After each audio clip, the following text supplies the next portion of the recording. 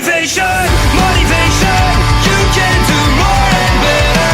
Motivation, you can. What's up, everyone? Welcome to the first episode of Level Up Daily, the podcast where we build ourselves one day at a time. I'm Zach, a regular guy who is currently training for a marathon, chasing big dreams, and leveling up in other areas like learning Japanese. And I'm Josh, a college student studying automotive, also chasing larger-than-life dreams, and battling monsters like in The Legend of Zelda, the game I love so much. If you ever had a goal in life, guys, or a dream that keeps calling, this show is just for you. Every Monday, we'll talk real stories, practice, mindset shifts, and actionable steps to keep you moving forward. In today's episode, guys, we are discussing a powerful topic. We're going to be talking about dreams do come true. Let's get on into it. So for our first topic, guys, today, we're going to be talking about the story of Cody Rhodes and the Finish the Story story.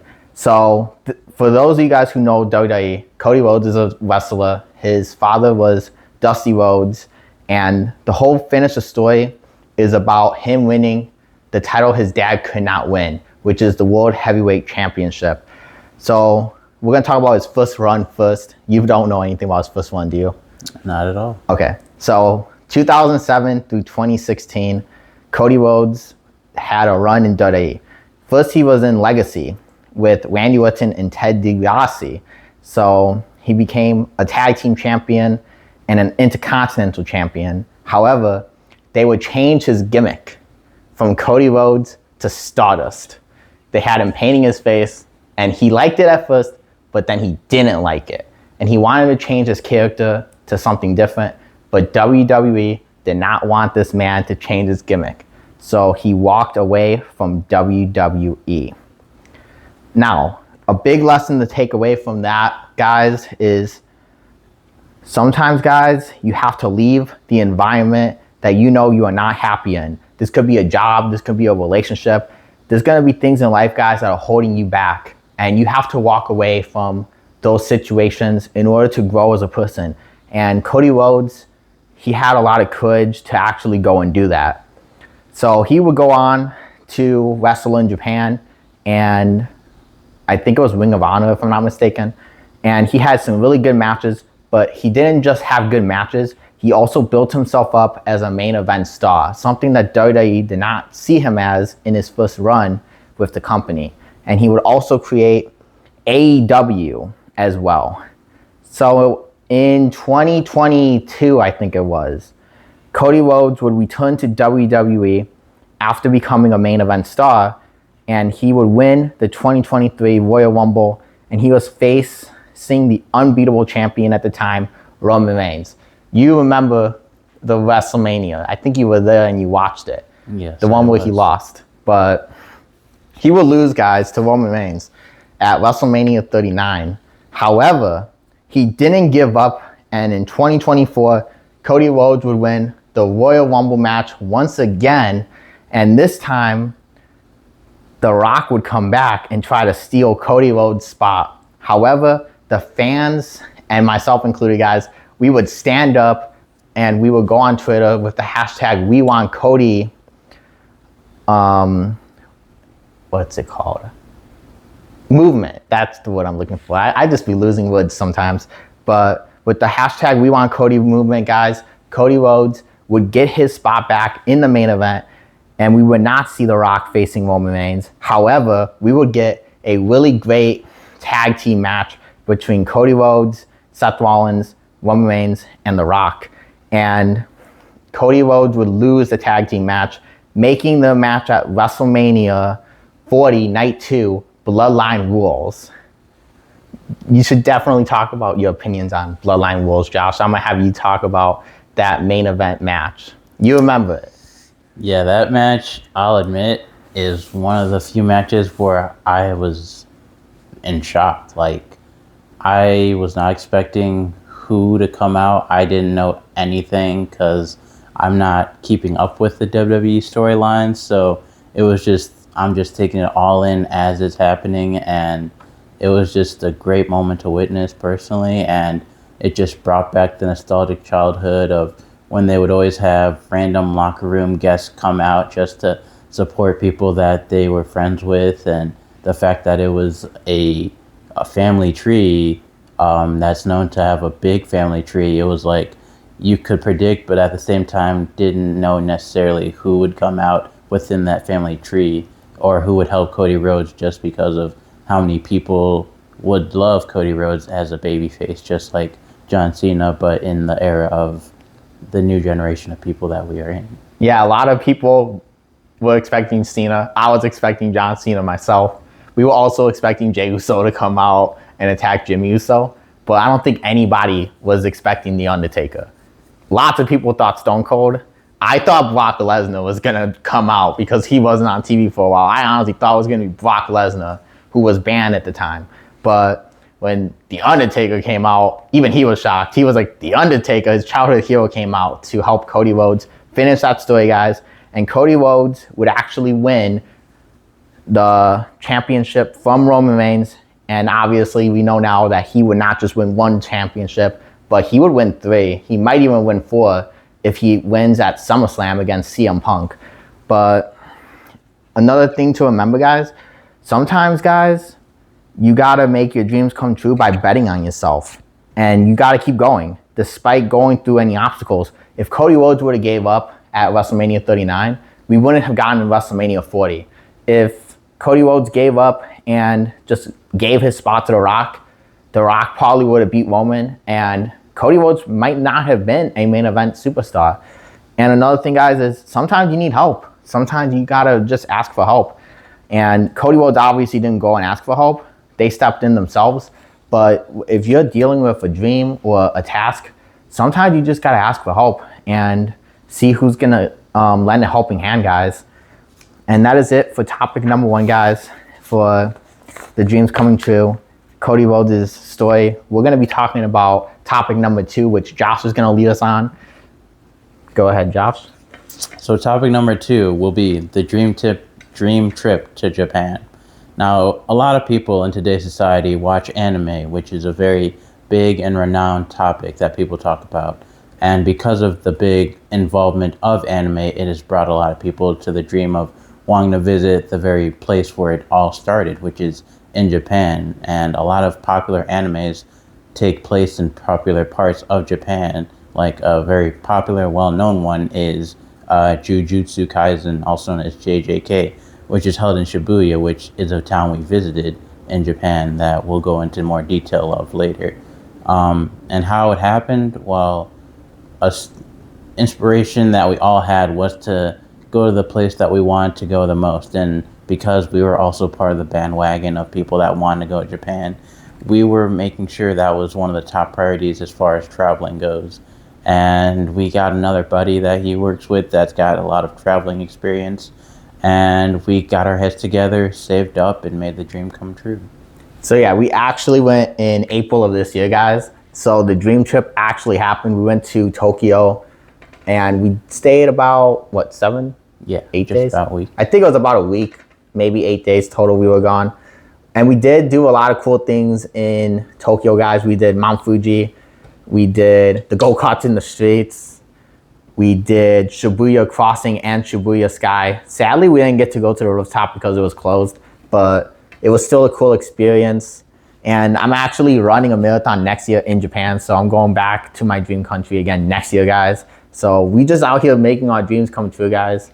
Even this guy, he's going to be doing big things in the years to come too, guys. He's going to graduate college, maybe open up his own shop eventually and work on cars and stuff. So it's good whenever you start accomplishing your dreams, guys.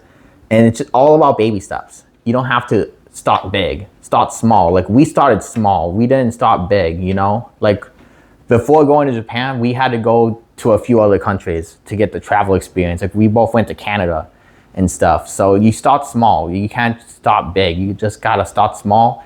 And then those small steps will make you get to the bigger steps in time. Anything else you gotta talk about with the Japan trip? I know you said you were gonna get back to the Shibuya. Yes. So on top of the many things we did, the experience in Shibuya is definitely something that if you've never been to New York or haven't been to downtown Chicago before, it's like that on a bigger scale and more towards a race that you're not familiar with in America. And obviously, because you're in a different country, there's a lot of different like characteristics from the citizens that reside there. And a big thing that I noticed that was a very much different was the fact that they're a lot more polite. Like they act, not even act, they seem like they love what they're doing, and you could feel the positivity radiating from the way they treat you and greet you. And even though they may not understand you, they're always respectful and they're always very nice. And it's like they're also very patient, which is a very big thing that is something that you don't see in America, because a lot of people are just trying to get to point A to point B or get through things so quickly and just trying to get to the best and most quickest possible route for everything. But in Japan, it's like everyone takes their time. They're very organized and get things done in a timely manner. And it's like everything there is the complete opposite of what you experience as an American. And it makes me understand the hype behind Japan that much more, just because of how much more peaceful it is, regardless of where you are, whether it's in the deep city or in the suburban areas. And and another thing is you feel safe.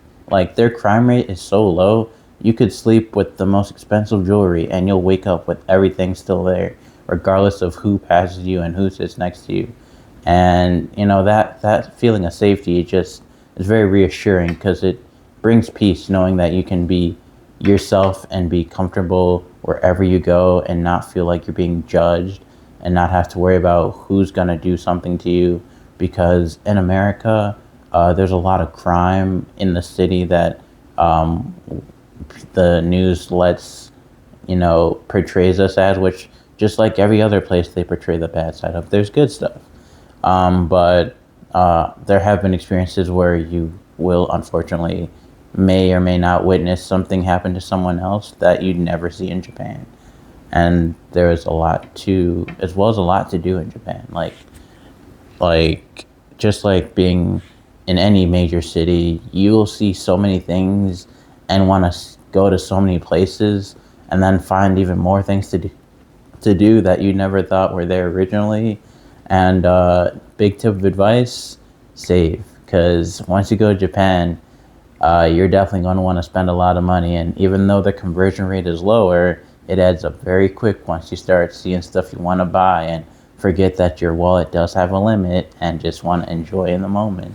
Yeah, we actually found a hidden mall. We didn't know it was like a mall until after we entered this. We thought it was like a mini store, but then there's escalators and each floor has a different thing. So it was like a shopping mall type thing. We thought it was a small store. It ended up being a shopping mall. We ended up staying there for like 2 hours, like looking around. And I think we bought some stuff too, if I'm not mistaken. And also going back to the safety thing, we actually left our bags outside of 7-Eleven and we weren't even worried about anybody taking them. Like we were okay with just leaving our luggage outside the 7-Eleven, and we were like walking, because it was like small. We didn't want to lug the stuff around. We were like, you know what, let's just leave it outside. No one's gonna take it. So we felt safe with leaving all of our stuff just outside in the open. That's how safe Tokyo actually feels.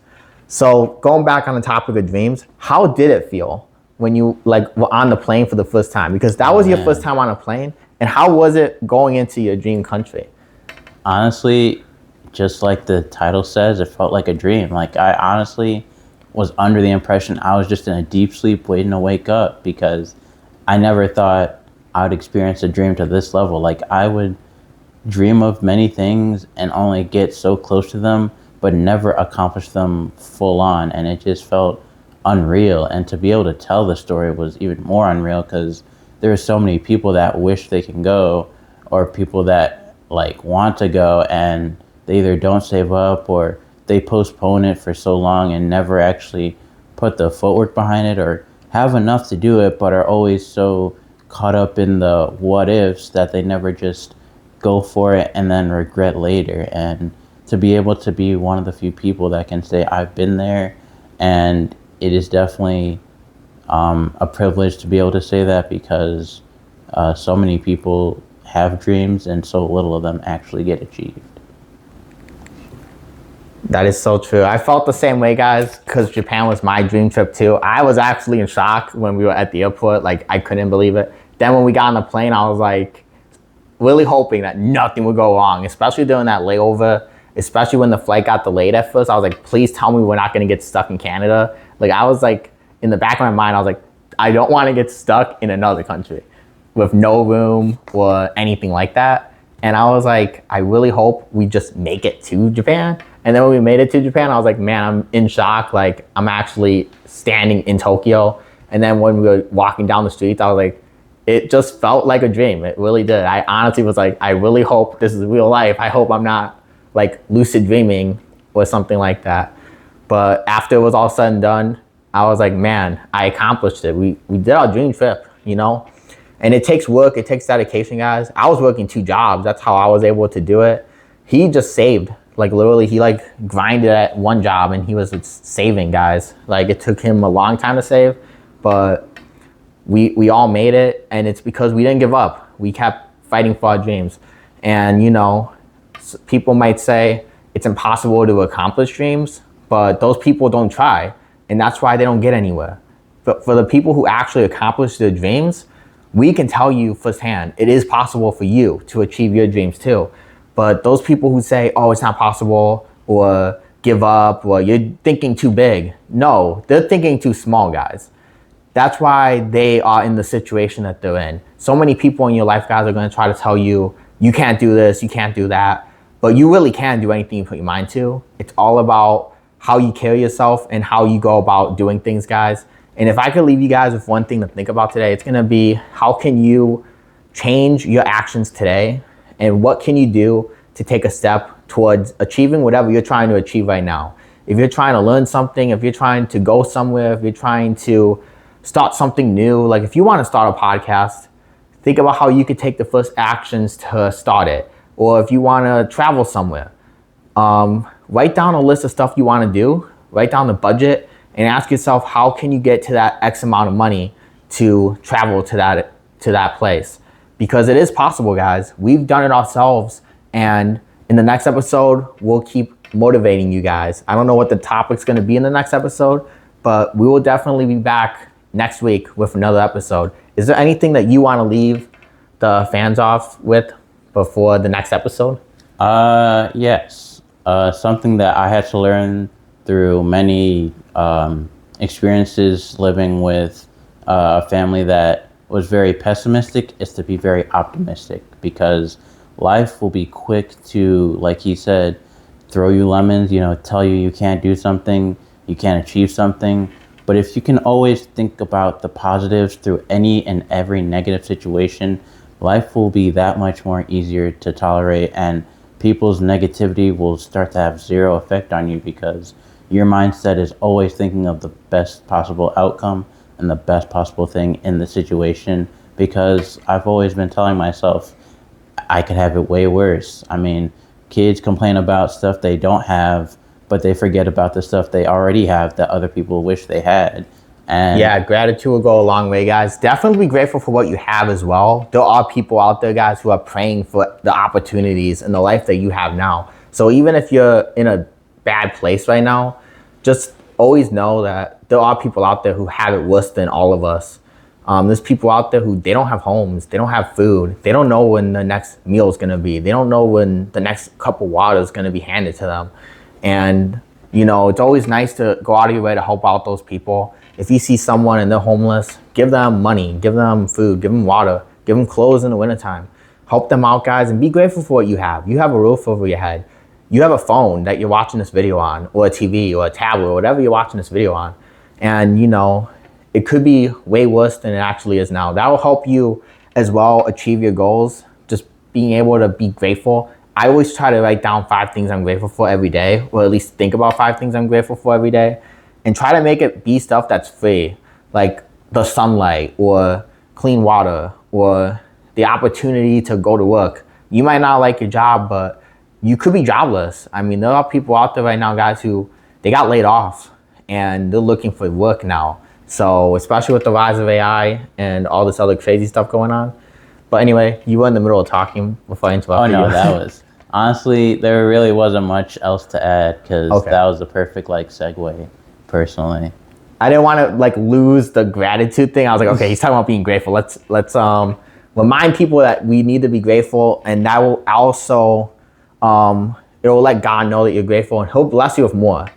Be grateful for what you have now. God will give you more, and it's not a competition. Don't be jealous of something else that somebody has. Your time is coming. So if someone's winning, be happy for them. Don't get jealous and not talk to them. Your time is coming soon, guys. But anyway, guys, this has been the Level Up Daily Podcast. We will see you guys in the next one.